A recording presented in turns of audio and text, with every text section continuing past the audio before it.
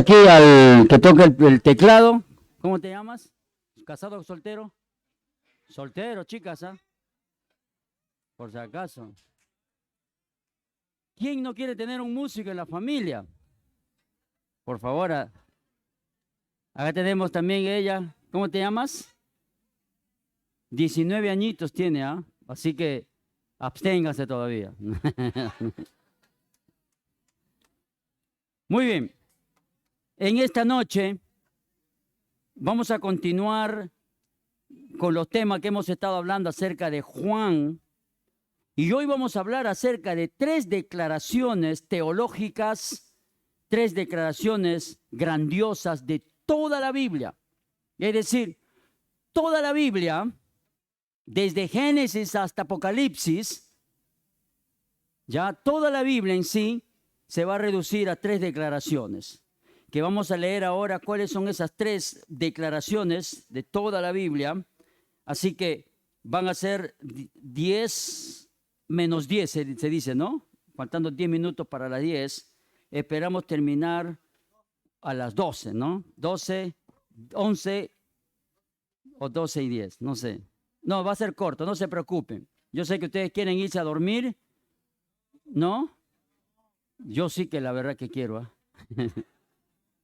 No sé qué tiene el clima de Santa Cruz, pero es como que me relaja el clima acá. Quizás porque está bajo, ¿no? La parte baja porque Cochabamba está en altura y como que en la altura, las pulsaciones, el aire y no sé qué pasa, pero acá es más fácil. Qué lindo, me encanta Santa Cruz. Palmas para Santa Cruz.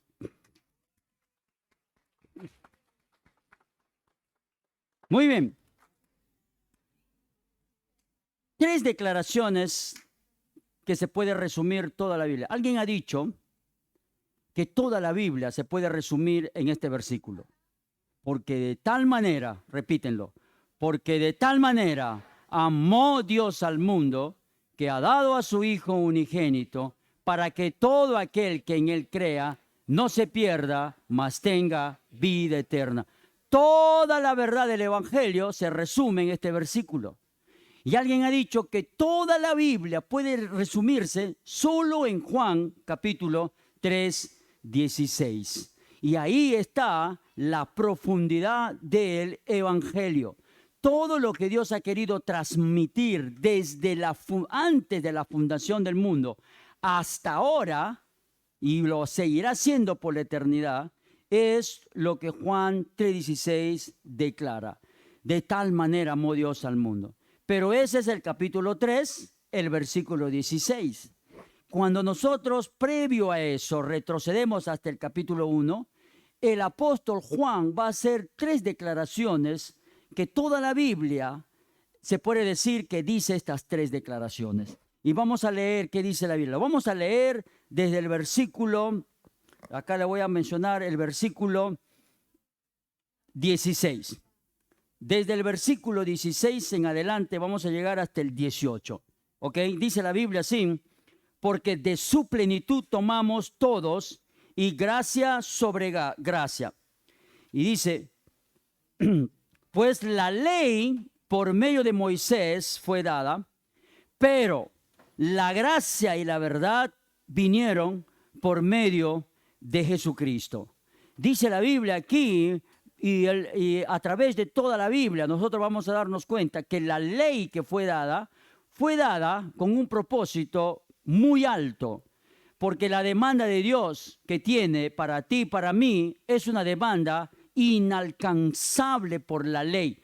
La ley es perfecta, la ley es la demanda de Dios justa para ti y para mí de parte de Dios. Es decir, Dios tiene un estándar y de ese estándar jamás Dios ha declinado.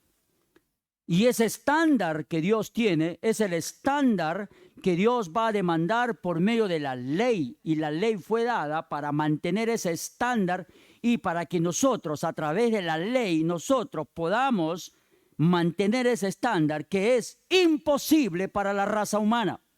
Ni los judíos, ni nadie pudo cumplir la ley.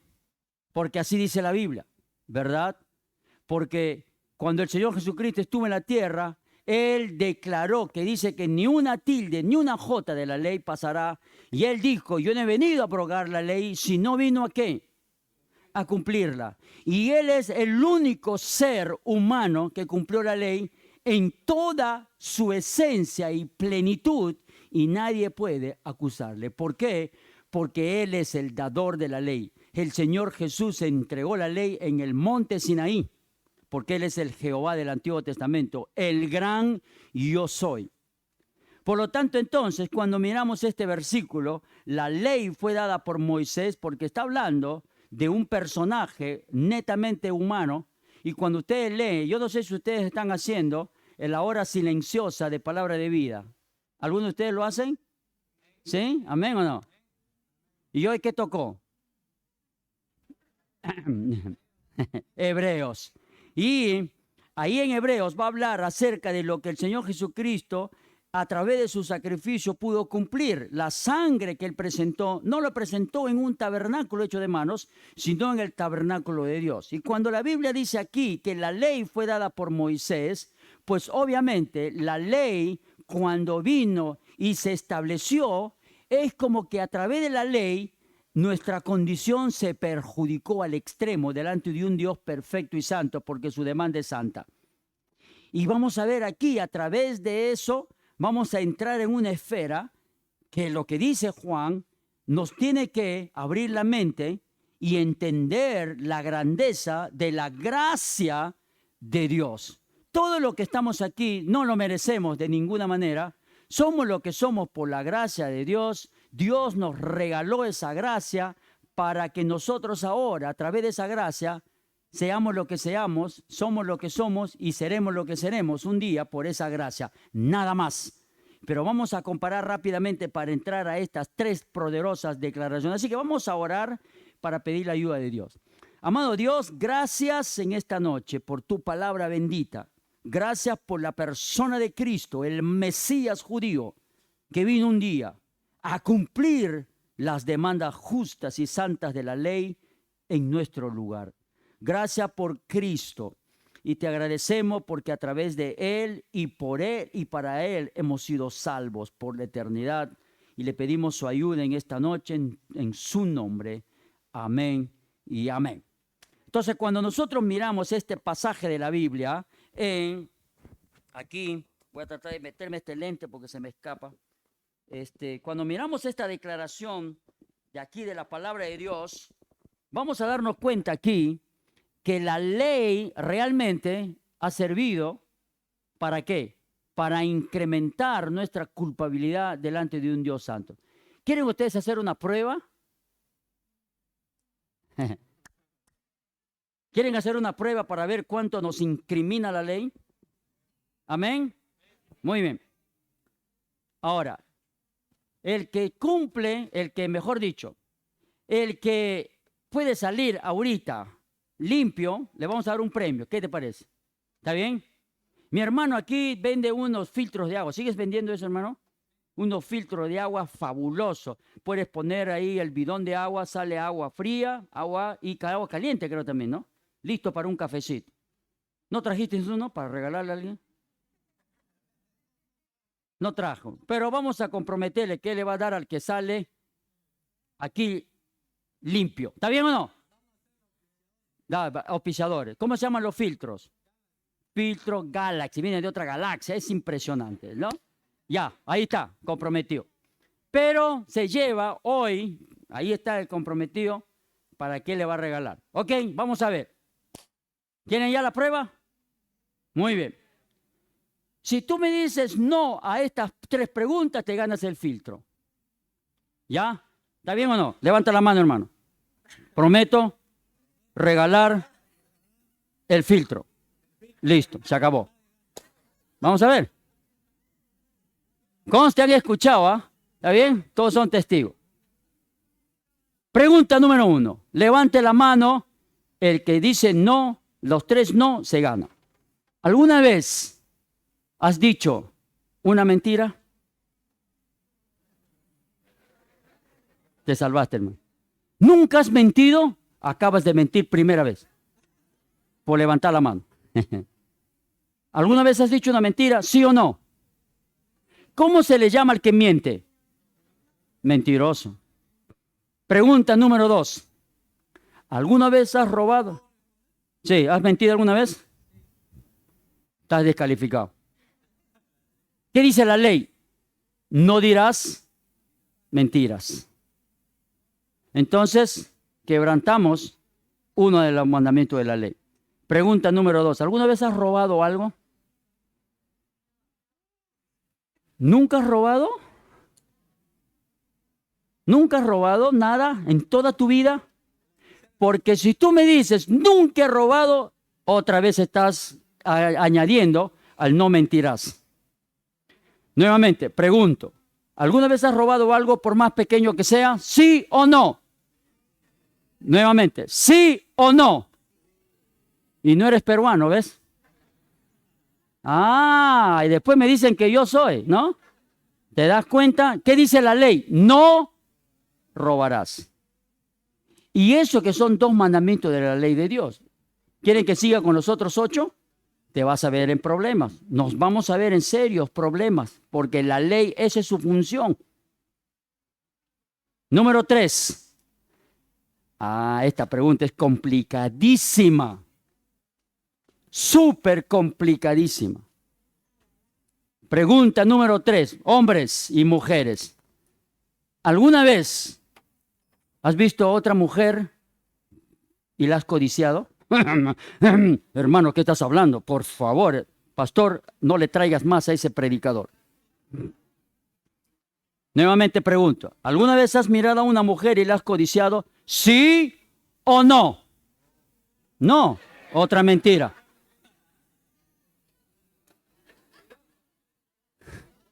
No. Pregunta, ¿alguna vez has mirado a una mujer y la has codiciado? ¿Sí o no? Está tu esposa a tu lado, aguántate.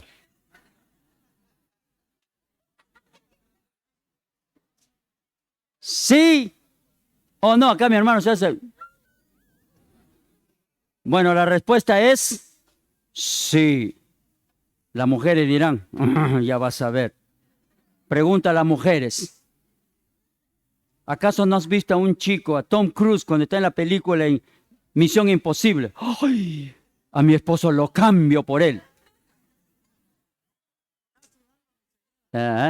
¿Sí o no, hermanas? Hasta le dicen, mi amor, ¿por qué no te vas al gimnasio ya después de cada vez que ves esa película? ¿Sabe qué significa eso? Eso el Señor Jesucristo dijo, cualquiera que mira a una mujer para codiciarla, ya cometió adulterio con ella en es adulterio de corazón. Y eso es un problema de hombres y es un problema de mujeres. Entonces, hay 3 mandamientos que hemos violado. No dirás mentiras, no robarás y no cometerás adulterio. Si en este momento tú te mueres y te enfrentas al Dios santo que dio esa ley, ¿cómo te declaras? ¿Culpable o inocente? Ese es el trabajo de la ley. La ley viene por medio de Moisés para agravar mi culpabilidad delante de un Dios santo, porque ninguno de nosotros puede y podrá cumplir la ley aunque se esfuerce, porque el Señor Jesucristo enseñó que eso es imposible. Santiago dice, si alguien quiere cumplir la ley y falla en uno, se hace culpable de todo nuevamente. Por lo tanto, nos encontramos en una situación delante de un Dios santo, sin esperanza, lleno de culpa y camino al infierno. Por eso dice la Biblia aquí que la ley fue dada por medio de Moisés, y luego dice la palabra de Dios, y esto es tremendo acá lo que dice, porque dice de su plenitud tomamos todo por todos, la ley vino por medio de Moisés, dice la ley por medio de Moisés fue dada, pero, y aquí está esta palabrita, aunque ustedes no lo crean, es de suma importancia en las verdades de la palabra de Dios, porque esta palabra pero es una palabra que hasta el día de hoy aquí en Bolivia, especialmente en Cochabamba, lo usan mal. Y te voy a decir por cómo le usan allá. Ya a veces escucho a los campesinitos, vete en bicicleta, pero no tiene nada que ver el pero ahí. ¿Por qué? ¿Por qué? porque el pero, esta palabra es una conjunción adversativa que significa que lo que dices previo y pones el pero, lo que dice después va a cambiar totalmente, ¿verdad? Por ejemplo, Bolívar el otro día jugó como nunca, pero perdió como siempre. Y aquí no hay ni un bolivarista, ¿no? Menos mal.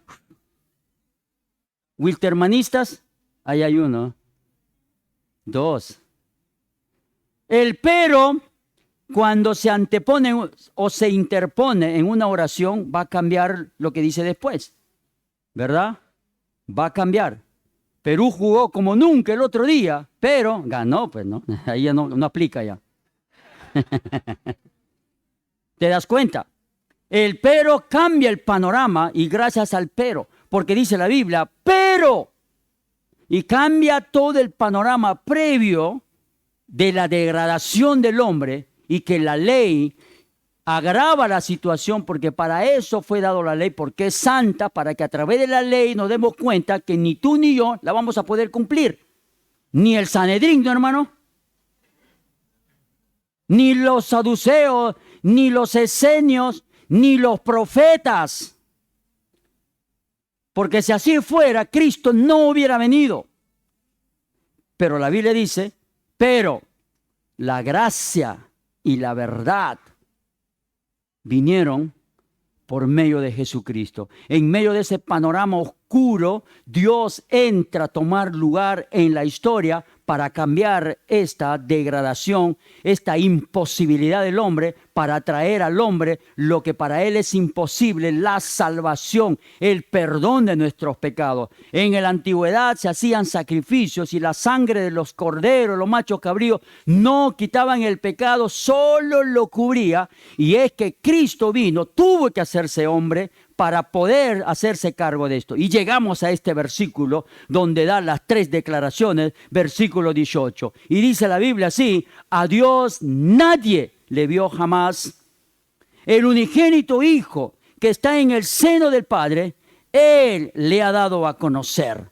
Y aquí están estas tres poderosas declaraciones de toda la Biblia. Dios sigue siendo todavía una incógnita para muchos. Todavía sigue siendo una incógnita para nosotros los creyentes porque todavía no hemos conocido al Dios en su revelación completa y nunca lo vamos a lograr. Y vuelvo a repetir, como he dicho en estos días, para eso tenemos la eternidad, para poder lograrlo allí. Mientras tanto, en esta tierra solo podremos limitarnos a la revelación escrita de las Sagradas Escrituras para comprender a Dios. Y si las Sagradas Escrituras nos revelan a Dios en su plenitud, es porque quizás todavía no me he puesto a investigar la Biblia. Uno de los graves problemas que tenemos en esta generación es que esta generación desconoce la Biblia.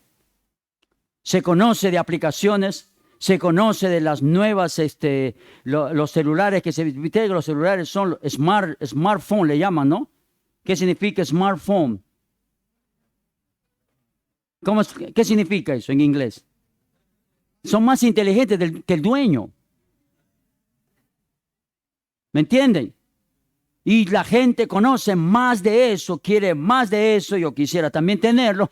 No digo que no, parecería un mentiroso si lo diría que no. Yo soy demasiado consagrado. Celulares. No, yo quiero tener un buen celular. Y si te pierde tu celular que tienes mejor que el mío, búscalo. No lo vas a encontrar conmigo porque te lo voy a devolver algún día. No mentira. Ahí está.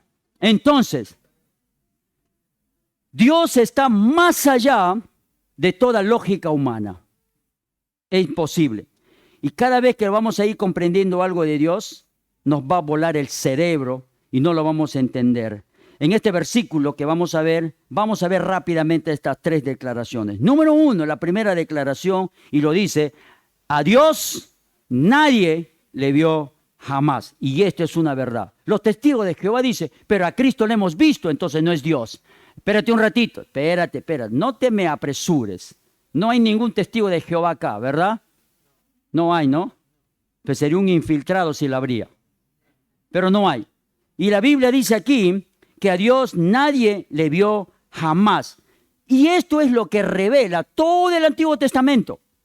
Todo el Antiguo Testamento, Dios no se ha revelado en la manera como Juan ahora lo va a describir, porque en el Antiguo Testamento tenemos a Dios en la incógnita, escondido detrás de un velo para darse a conocer. Es decir, eso era todo el entendimiento, detrás de un velo. Dios era una persona que no tenía relación con la gente, solo se relacionaba a través del sumo sacerdote. No era una relación personal, sino era una relación de comunidad. No había como ahora. Entonces Dios era desconocido. Sin embargo, cuando miramos el Antiguo Testamento, le vemos a Dios revelarse en el Antiguo Testamento. ¿Se acuerdan ustedes? Habló con un tal Caín, se le presentó a Abraham, se le presentó a Isaac, a Moisés. ¿Cómo se llama eso en el Antiguo Testamento? Hablando en teología, ¿cómo se llama? Lo llamamos teofanías, son las apariciones del Antiguo Testamento de la persona de Dios, pero con semejanza de hombre. Cuando Abraham le vio ¿se acuerdan ustedes? Y aquí está el punto. Por eso es importante leer la Biblia, ¿no? ¿Se acuerdan ustedes que Jesús estaba en el templo, en el pórtico de Salomón, y le dice, ¿hasta cuándo no vas a estar torturando? Dinos de una vez si eres tú el Cristo o no. Y él le dijo, sí. Y él dice, y Abraham se gozó cuando vio mi día. Espérate un rato. No tienes ni 50 años. Imagínate, era joven, ¿no? ¿Cuántos años tenía el Señor Jesús? 32 años, casi 33, era joven. Nuestro Dios es más joven que yo. ¿Se han puesto a pensar eso? ¿Cuántos años tienes, hermano? Yo pensé que tenías 33. Quiere decir que nuestro Dios es más joven que él, ¿no? 33 añitos. ¿Cuántos años tienes tú, mi hermano? ¿En serio?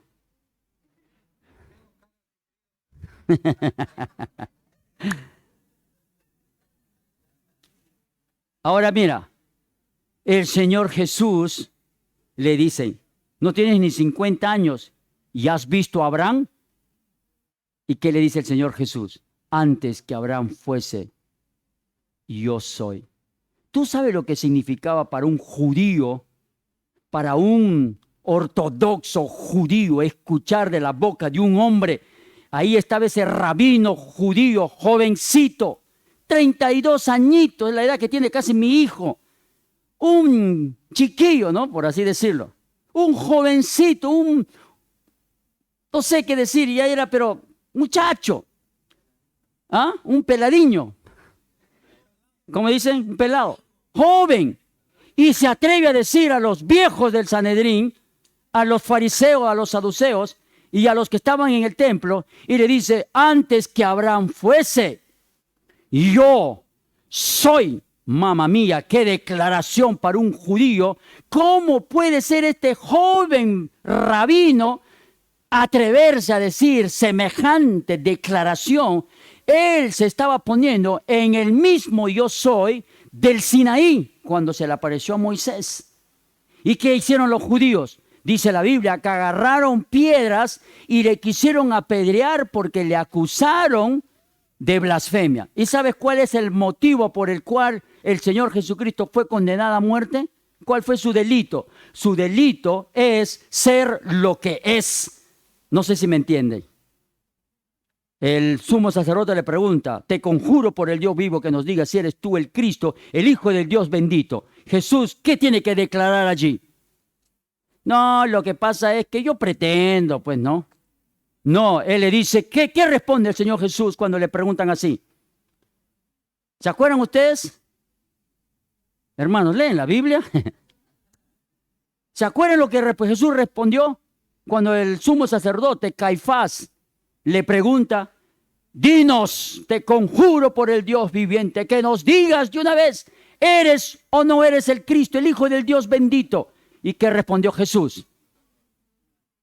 Lo soy. ¿Cómo puede negar lo que Él es? Porque Él es lo que es. Yo soy. Y desde ahora veréis al Hijo del Hombre descender del cielo en las nubes. Está adquiriendo lo que la profecía de Daniel dice del Hijo del Hombre. ¿Y qué hizo el sumo sacerdote se agarró la vestidura y se rasgó, ha blasfemado. O sea que Jesús murió por ser el Hijo de Dios. Ese fue su crimen, ser lo que es en realidad, digno de muerte. Pero aquí entendemos que Dios, nadie le vio jamás. Y esta es una verdad del Antiguo Testamento. Ningún profeta lo vio. Ni siquiera Moisés lo vio. Moisés vio la espalda de Dios. Y cuando se le presentó en el Sinaí, él escuchó una voz, una zarza ardiente que no se consumía y una voz que le hablaba. Y era porque a través de eso Dios le está diciendo, no hay nada que me pueda representar. En el libro de Isaías, Dios le dice, ¿habrá algo que sea semejante a mí? ¿Habrá algo que se asemeje a Dios? No existe absolutamente nada que se asemeje a Dios. No hay nada, por eso Dios no, definitivamente no hay nada que lo representa. Por eso la idolatría es una blasfemia, es un insulto, es algo inmundo representar a Dios por una imagen, lo cual es imposible porque Dios dice, habrá algo que se asemeje a mí y no lo hay. Y eso es el Dios del Antiguo Testamento, el Dios que estaba detrás del velo. Y eso es lo que Juan mantiene aquí diciendo, a Dios nadie le vio jamás. Su persona y su personalidad radica en que Dios es espíritu realmente. Cuando Jesús le dice a la mujer samaritana, Dios es espíritu y los que adoran en espíritu y en verdad es necesario que adoren. ¿Qué está diciendo? Dios es espíritu y un espíritu no tiene forma. Nosotros usamos en la Biblia antropomorfismos para identificar a Dios en forma de hombre. Dios tiene ojos, Dios tiene manos, la boca de Jehová lo ha dicho. ¿Por qué se usa eso? Porque queremos hacerle entender a la persona que Dios es persona, como tú y yo. Sabes que la personalidad de Dios radica en que Él es espíritu, y la personalidad de Dios es porque es espíritu, y Él es más persona que tú y yo porque su personalidad no es materia, sino espíritu. ¿Me entienden esto? Hermano, porque es profundo la teología, ¿no? Y esto es lo que Dios es. La esencia de su personalidad es que Él es espíritu y los ángeles lo ven. Podemos preguntarnos entonces, todas esas apariciones del Antiguo Testamento se llaman teofanía, pero también se dicen cristofanías, porque es Cristo quien se le presenta siempre en el Antiguo Testamento. Cuando Abraham vio a tres personajes que vino, ¿quién era uno de ellos? A ver, eso es una cristofanía. Se le presentó la persona de Cristo y Dios habla con Abraham y le promete el hijo que viene. Y es Jehová Dios y lo reconoce. Y cuando Jesús dice, porque Abraham se gozó, está refiriéndose a esa historia en el Antiguo Testamento, en un monte llamado Manre. Ahí se le presentó el Señor Jesucristo. ¿Por qué? Porque eran las apariciones del Antiguo Testamento. Dios venía, se presentaba, cumplía y se iba. Se le presentó a los padres de Sansón. Se le presentó a Gedeón. Y cuando Elías clamó, era el mismo Dios que hizo descender fuego del cielo. Isaías lo vio. Ustedes leen en Isaías, el capítulo 6, cuando dice, Santo, Santo, Santo. Ustedes saben que los testigos de Jehová no creen en la Trinidad. ¿Sabían eso? Ustedes los testigos, les tengo pero seco a los testigos de Jehová, ¿no? Un día yo le pregunté a un testigo de Jehová, a ver si tú no crees en la Trinidad. Explícame por qué Dios es 3 veces santo. ¿Por qué no 2? ¿Por qué no 1? ¿Por qué no 4? Pobrecito, enmudeció. Voy a pedir a mi líder que venga a explicarlo. 1999, hasta ahora le estoy esperando. Nunca más aparece. Dame una explicación por qué Dios es 3 veces santo. ¿Alguna vez te has preguntado eso? ¿Por qué 3 Dios santo, santo, santo? Isaías lo ve, capítulo 6, y dice que los querubines y los serafines decían, santo, santo, santo, Jehová Dios de los ejércitos. Y eso es lo que Isaías vio. ¿Y a quién vio? Según lo que dice Juan, capítulo 12, versículo 37 al 42, el apóstol afirma en esos versículos que a quien Isaías vio fue al Señor Jesucristo. ¡Qué tremendo es esto! ¿Amén o no?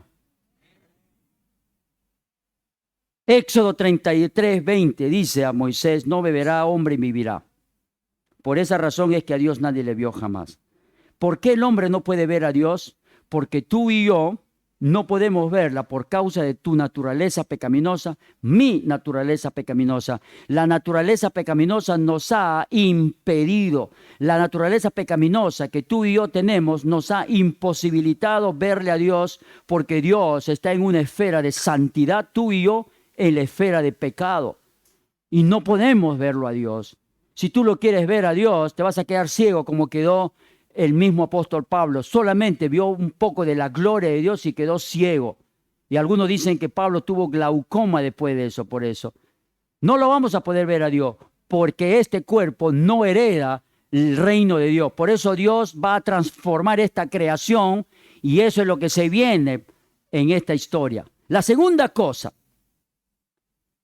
dice el versículo siguiente, lea el mismo versículo, dice así, a Dios nadie le vio jamás. Pero, escúchame bien, ahí no queda la historia. Porque si ahí quedaríamos en la tremenda incógnita hasta el día de hoy y nuestra vida sería miserable porque nunca jamás pudiéramos conocerle a Dios. ¿Y qué dice la Biblia después de ese versículo? ¿Qué dice Juan? El unigénito Hijo que está en el seno del Padre. Esta declaración es la segunda declaración más importante de la Biblia. Número 1, a Dios nadie le vio. Número 2, el unigénito Hijo. Ojo con esto. Dios tuvo y tiene un solo unigénito Hijo. Un gran erudito alemán ha traducido estas palabras de esta manera, a fin de que tú y yo podamos entenderlo. Vamos a ver qué dice este erudito alemán, hablando del unigénito Dios. Dice que esto es lo que define el unigénito del Padre. Cuando Juan está escribiendo esto, dice el unigénito Hijo. Pero lo que realmente está queriendo decir es el unigénito Dios. Eso es lo que quiere decir Juan.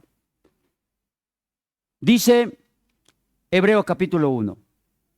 Ustedes leen Hebreos capítulo 1, dice, Dios nos ha hablado antes por los profetas en el Antiguo Testamento. Hoy nos ha hablado por el Hijo. ¿Sabe lo que realmente quiere decir ese texto?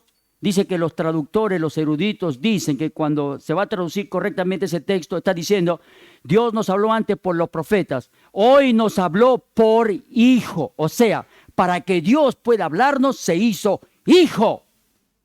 Y esto es la maravilla, que si tú no lo entiendes, te aseguro que tu vida no va a tener la revolución que Dios quiere darte a ti en esta noche. El unigénito Hijo de Dios que está en el seno del Padre, Él le ha dado a conocer. ¿Qué significa? Que hay una distancia infinita y absoluta en la incognoscibilidad de Dios, porque no la vamos a poder conocer a Dios en su esencia eterna. Por eso Dios tuvo que bajar de la gloria y tomar forma humana para que a través de la forma humana, que es Cristo, Dios pueda ser conocido. ¿Qué quiero decir con esto? ¿Qué quiere decir la Biblia? Lo que la Biblia está diciendo en esta noche es que tú puedes llegar a conocer a Dios en su esencia a través de conocer a Cristo Jesús. El Señor Jesús declaró, el que me ve a mí, ¿qué ve? Ve al Padre. Si tú quieres saber cómo es Dios, el carácter de Dios, la gracia de Dios, la esencia de Dios, mira a Cristo. Eso es todo lo que tienes que hacer. Eso es lo que Juan está diciendo aquí. Dios se reveló visiblemente en la persona maravillosa del Señor Jesucristo. Bendito sea su nombre por los siglos de los siglos. Cristo, en otras palabras, es Dios hecho hombre. Y la última, dice ahí, versículo 14, vimos su gloria. Gloria como del unigénito del Padre. Es el único en su género, porque no hay otro como Él. Y para terminar en esta noche, esta palabra es la que va a volar nuestra mente. Y dice la palabra de Dios, a Dios nadie le vio jamás, el unigénito Hijo que está en el seno del Padre, Él le ha dado a conocer. Y esto es radicalmente profundo para este tiempo moderno. Vamos a concluir aquí. Durante estos días hemos estado hablando de Cristo, la persona de Cristo. Mañana en la mañana vamos a hablar acerca del último mensaje, ¿no? De mañana en la mañana. Cómo tener identidad radical en un mundo que la ha perdido. Y cuando miramos al Señor Jesús, uno mira al Señor Jesús. Hace unos meses hemos celebrado Navidad. El libro de Filipenses, en el capítulo 2, va a hablar acerca de lo que la teología menciona, que se llama la gran kenosis. ¿Qué es eso? Te voy a explicar. ¿Quieres aprender más de esto? ¿Amén o no? Bueno, cuando tengas el tiempo, y si puedes, quiero que vayas a estudiar al SET. Ahí te vamos a enseñar. Y vas a tener un mes para aprender, ¿no? Cuando yo era estudiante nos tomó 6 meses para aprender esta doctrina. Y todavía no la entiendo. Pero lo poco que he podido entender, cuando dice el Señor Jesucristo, Filipenses capítulo 2, haya pues en vosotros este sentir que hubo también en Cristo Jesús, el cual siendo en forma de Dios, no estimó el ser igual a Dios. Los teólogos afirman que esto se llama la gran kenosis. ¿Qué significa? Es el vaciamiento de la gloria de Dios. Es como que Dios se sacó la gloria, dejó el manto de su gloria y lo dejó en el cielo para venir a la tierra en forma de hombre. ¿Y qué significa eso? Que cuando el Señor Jesucristo estuvo en la tierra, algunos dicen era 100% Dios y 100% hombre, ¿verdad? ¿Sí o no? Dicen muchos así, ¿amén o no? Yo voy a tratar de hacerlo diferente. Jesús, porque si así fuese, entonces tendría 2 personalidades. 100% Dios, 100% hombre. ¿No es cierto? Pero no fue tanto así. En realidad, lo que el Señor Jesucristo, vamos a unir esas 2 naturalezas, porque Jesús nunca actuó un día como Dios y otro día como hombre. No, era una esencia. Así como tú nunca actúas en el espíritu y después actúas en la carne. O sea, todo es tu esencia. No sé si me están entendiendo. ¿Me dejo explicar? La esencia de nuestro ser. Por ejemplo, si yo te doy un insulto y yo te digo, no, perdón, no fui yo, fue mi palabra. No tiene nada que ver, soy yo. Dios, el Señor Jesús es 100% Dios hombre. Es decir, que la naturaleza del Señor Jesucristo es una, 100% Dios hombre. Y eso es lo que nosotros llamamos en teología la gran kenosis, que el Señor Jesucristo se vació a sí mismo para tomar forma humana, se quitó el manto de la gloria y caminó en esta tierra sin usar las prerrogativas divinas para su propio beneficio. O sea, un día está caminando y quiere comer algo y ve una higuera y quiere comer y no hay higueras, no hay higos. Jesús no dijo que haya higos. Y comió. No usó sus prerrogativas divinas para su propio beneficio. Él se negó a sí mismo. A él no le humillaron. La Biblia dice, se humilló a sí mismo. A él no le mataron, se entregó a sí mismo. ¿Ustedes creen que el imperio romano, los soldados romanos le mataron? No le mataron. Él se entregó a sí mismo. Él entregó el espíritu. Cuando quisieron matarlo ya estaba muerto. ¿A qué horas? A las 3 de la tarde, el día de la Pascua, que era la hora en que los sacerdotes sacrificaban el cordero. En esa misma hora, mientras estaban celebrando la Pascua, los judíos que mataron, que entregaron a Cristo, y Jesús moría ahí en el Gólgota, colgado allí, expira en ese momento que él muere, en ese mismo instante, simultáneamente, al mismo tiempo, estaban sacrificando el Cordero Pascual y Cristo, que era el Cordero de Dios, moría. ¿Y qué pasó? El velo del templo se rasgó de arriba para abajo para quitar por fin la separación entre Dios y el hombre. En otras palabras, tú puedes conocer a Dios y entrar al lugar santísimo por la obra perfecta que Cristo ha hecho en la cruz del Calvario. Él le ha dado a conocer. No me vengan a decir que Dios es desconocido. No me digan que Dios ha quedado en el anonimato. No me diga nadie que Dios sigue escondido, porque eso no es verdad. El unigénito Hijo que está en el seno del Padre no vino de la cabeza para ser superior, no vino del pie para ser siervo. A Él no le hicieron mandados. Él no vino a cumplir mandados. Señor, manda que mi hermano parta la herencia conmigo. ¿Quién me ha puesto por juez? Él no vino a cumplir las demandas de las peticiones y los caprichos de los hombres. Él ha venido aquí a la tierra porque Él ha dicho, yo he venido para cumplir la voluntad de Dios, la voluntad del Padre. ¿Cuál era la voluntad del Padre? Ser el sacrificio perfecto por el pecado para que tú puedas tener perdón y yo pueda tener perdón, para que tú puedas ser salvo y yo pueda ser salvo, y para que tengas una vida victoriosa en un mundo que se pierde por causa del pecado. Y puedes llegar a ser un joven victorioso. Puedes pararte firme en la fe. Pero la decisión es tuya, porque Dios no la va a decidir por ti. Es tiempo de que se levante la juventud de ahora. Es tiempo de pararse firme de una manera radical en la fe de Cristo, en una sociedad que muere, en una sociedad podrida, en una sociedad donde el pecado está destruyendo y carcomiendo a la juventud de ahora, llevándolos al infierno. Pero es tiempo que te pongas de pie y puedas dar el testimonio de la palabra de Dios, de que crees en Cristo Jesús. Muchos jóvenes, ¿eres creyente? ¿Tú eres evangélico? Es que mi mamá me lleva. Yo no puedo decir no, me obligan. Cuando yo estaba en la secundaria, yo hacía bullying evangélico. Hacía el bullying cristiano. Te voy a explicar qué hacía. Y me ha dado resultados. Se querían burlar de mí.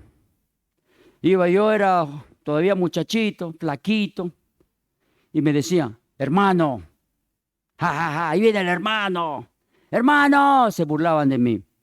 Hasta que llegó un momento en que yo dije, esto no puede pasar. ¡Hermano! Entonces yo me acerqué a ellos. ¿Qué me dijiste? Hermano, se golpean ellos, viste cómo son, ¿no? Entonces yo le dije, mire lo que dice Juan 8:44. Vosotros sois de vuestro padre el diablo, y los deseos de vuestro padre queréis hacer. Tú eres hijo del diablo, y yo soy hijo de Dios. No soy tu hermano, no me llames hermano porque no lo eres. Disculpa. Otro día agarraron otra modalidad, ya no me decían hermano. Entonces yo iba con mi Nuevo Testamento a la secundaria, cuarto de secundaria. Me sentaba ahí. Y vienen y me decían, hermano, ¿qué dice la Biblia? No me preguntes eso.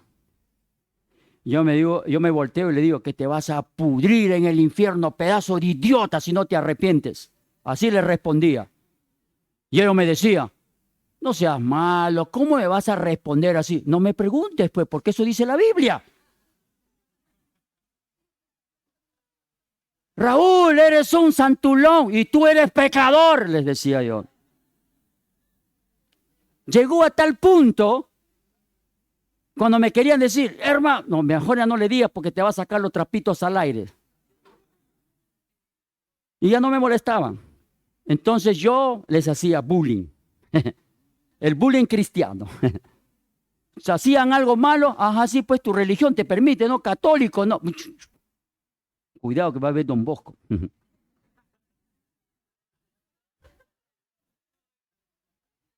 Y no me decían nada más. Así que tenía libertad para hablar. Me paraba en el salón y hablaba. Y daba mi exposición en las clases. Y algunos me decían, a ver. Y había un profesor que era ateo comunista. Era ateo. Y un día él comenzó yo le estaba hablándole a un muchacho acerca de Cristo, y el muchacho pensaba que se iba a burlar de mí, y dijo, profesor, porque sabía que el profesor era ateo. Porque cuando yo era muchacho, en Perú, no sé si ustedes han escuchado, estaba en movimiento, es entonces Sendero Luminoso, el movimiento guerrillero terrorista, Sendero Luminoso, y el profesor era senderista y era ateo y hablaba del comunismo y hablaba de que los evangelios, que este es el instrumento de la CIA. No sé de dónde inventaron eso estos comunistas. Y le estaba testificando de Cristo, y este muchacho por burlarse me dice, profesor, ¿Cristo ha sido materia o no ha sido materia? Y el profesor dijo, sí, ha sido lo que sale de las heridas infectadas. ¿Qué sale de allí? Eso dijo él. Eso es lo que es Cristo. Yo ya agarraba mis cosas. Con lo que voy a decir me van a botar el colegio. Yo le dije, profesor, le dije, ¿cómo si usted se atreve a decir eso? Porque usted ni se compara, ni le llega al talón a Cristo. Primeramente, Señor Jesús no es eso. El único aquí estúpido y que expuse es usted, Señor, le dije. Yo dije, muchachos, nos vemos. ¿Sabe lo que dijo el profesor? Me miró, bien torrejón, y siguió la clase. Y ya pasaban los tiempos y el profesor decía, dejen de estar burlándose de Dios porque Torrejón te va a insultar, decía. Muchachos, te digo algo. Eso me ha traído fruto. ¿Qué fruto me ha traído? Dejé el colegio, me fui a otra ciudad. Después de años volví a esa ciudad y encontré un grupo de jóvenes que se habían convertido por haber hecho eso. Y un muchacho se me acercó y me dijo, Raúl, lo que tú fuiste en el colegio a mí me voló el cerebro, porque yo decía, ¿por qué eres así? Yo me puse a investigar y encontré que tienes razón. Muchos se convirtieron a Cristo. Muchachos, les digo algo.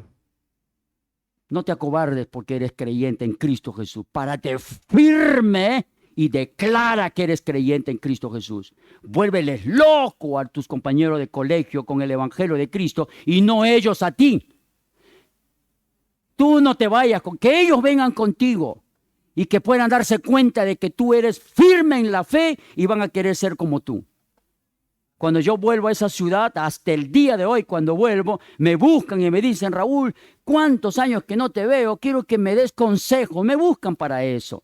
Pero ¿qué hubiera pasado si hubiera claudicado en la fe, me hubiera apartado de Dios, me hubiera ido con ellos? Ellos serían ahora quizás una burla para mí. El Señor Jesús dice, Él le ha dado a conocer. ¿Cuál creen ustedes que es la forma como ellos van a conocer a Dios? Es cuando ven tu firmeza en Cristo. Es tiempo de que te pongas firme. Es tiempo que te pares en la fe. Es tiempo que te pongas sobre la roca que es Cristo y que empieces a vivir la vida cristiana y que puedas tú predicar, proclamar que Cristo es el Señor, el creador del universo y que un día vino a esta tierra para salvarme de mis pecados. La pregunta final, ¿estás dispuesto a pararte sobre eso? ¿O estás dispuesto a correr con ellos? ¿O quieres tú realmente ponerte firme como un valiente y pararte en la fe y no moverte de eso porque eso te va a traer a ti bendición para tu propia vida? ¿Cuántos están firmes aquí para decir amén, eso quiero?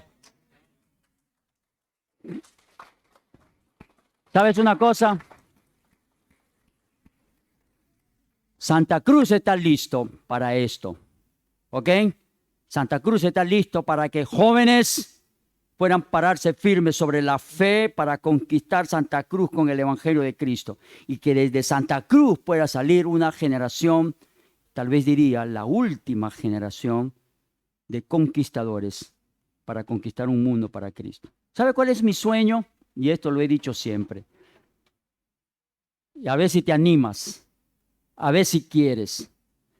En Estados Unidos, siempre nos vamos para predicar el Evangelio en las calles. Ahora en mayo se van a ir un grupo de jóvenes a predicar en la ciudad de Nueva York.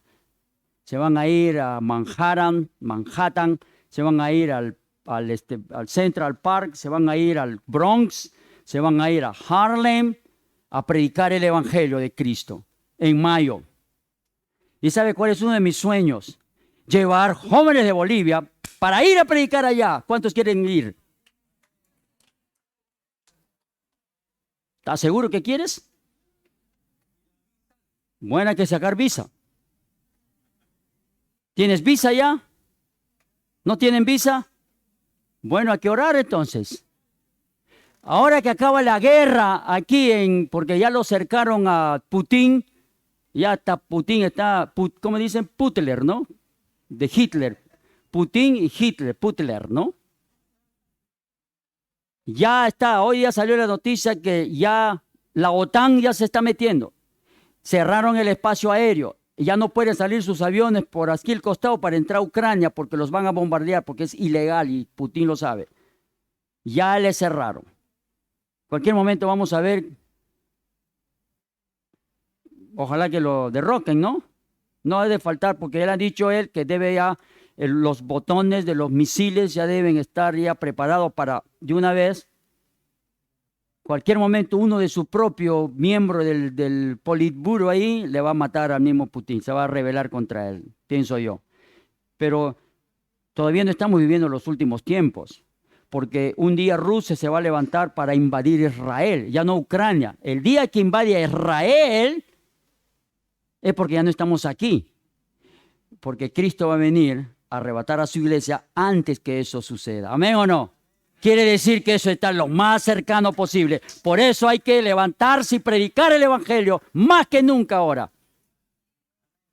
Entonces, si Dios lo permite, sería lindo hablar con el pastor David, eso no le he mencionado, pero sería lindo que un grupo de jóvenes, y allá se puede conectar con las iglesias y las iglesias felices de tenerlos para hacer un ministerio de predicación del Evangelio en esos lugares. Y si Europa se abre, podemos ir a Francia, ¿no, hermano?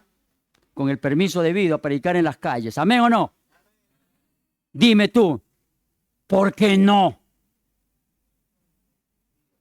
¿Ah? ¿Acaso no se puede? Por supuesto que se puede. Pero, padres de familia, si quieres enviar a tu hijo, vas a tener que ayudarle. Orar por él, pero vas a tener que sustentarlo también para ese viaje. ¿Amén o no? Hablaremos más adelante. No sé si Dios lo permitirá, pero eso es un sueño que tengo. Así que vamos a hacerlo. Vamos a terminar orando. Padre Celestial, te damos gracias por tu bendita palabra. Gracias porque Cristo es el que nos dio a conocer al Dios vivo, porque Él es Dios, hombre, 100% Dios, hombre perfecto, Dios en su esencia, no perdió ningún tipo de sus atributos cuando estuvo en la tierra, pero Él se negó a sí mismo para cumplir la voluntad del Padre, para hacer el sacrificio perfecto para nuestros pecados, por nuestros pecados, para darnos la vida eterna. Gracias por su sacrificio perfecto en la cruz. Gracias por cambiar nuestro pasado para darnos un futuro glorioso. Te adoramos, oh Dios, en el nombre de Cristo, nuestro Salvador. Amén y amén. Que Dios les bendiga.